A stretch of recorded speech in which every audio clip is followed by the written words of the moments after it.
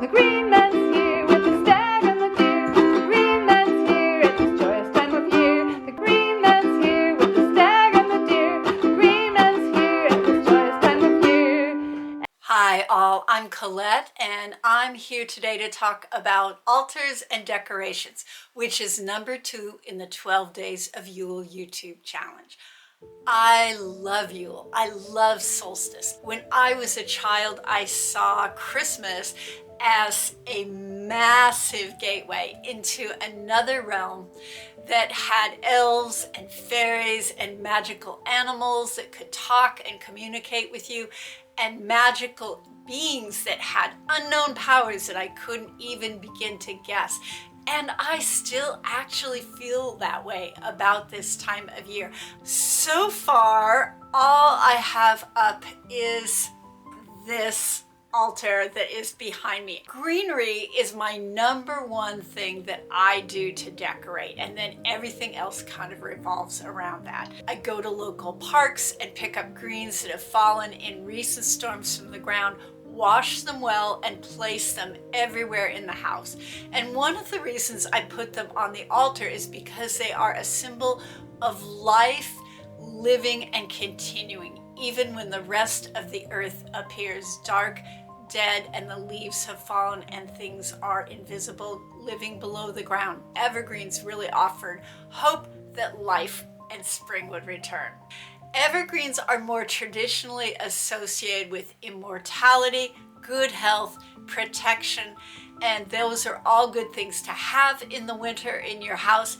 I also put down a little bit of rosemary, a little bit of mistletoe. For me, the plants that I have around me are camellia, holly. If I can get pine or fir boughs, I do that as well. And all those are highly protective and help keep the interior fresh in winter in the house when the air gets a bit stale. Then I invite any nature spirits that want protection from the storm to come inside and shelter in the greens.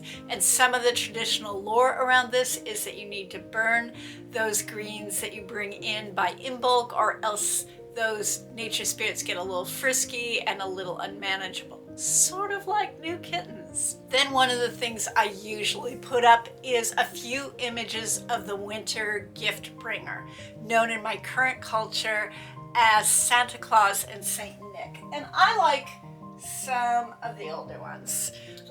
This year I have this one up especially because it has a little kitten. It's not gonna focus. There we go. All right. So there's a little kitten in his pouch. And I like these older images because they seem to me more fairy-like and more in alignment with the elven tradition that I visualized in my mind when I was a child. These figures in my mind actually represent older beings that gave gifts or were supportive in winter. I always add things that are shiny to sort of represent that winter glamour, that mystical magic of other realms being close to us in the long dark nights, and also to represent the power of the stars. If I'm doing a particular type of magic that year, I will make sure that the color of the shiny things I put down is some color that I associate with the flavor of the magic that I'm doing. I also tend to put up ornaments that are things that I appreciate and that I give thanks for, like grains or animals or the wild or trees. I do a lot of ornaments that are associated with trees, and I also tend to put up a lot of things that were either made by or passed down from my ancestors in appreciation for all the hard work they did so that I could survive and be here. And families are tricky. Not all of our ancestors are good. So I'm very careful to just place things from ancestors that I feel good about. And then I also encourage people to place ornaments just in memory of the unknown ancestors they have that are whole and healthy and new magic, which is something I'm going to talk about in January with ancestors. Little birds are always big. I tend to have those up, if nothing else, on my altar, because to me the little birds work mythologically for me, that they are associated in a lot of Celtic and Anglo-Saxon traditions with bringing messages from the different parts of the world. And so I like to have them on my altar to bring me messages at this time of year.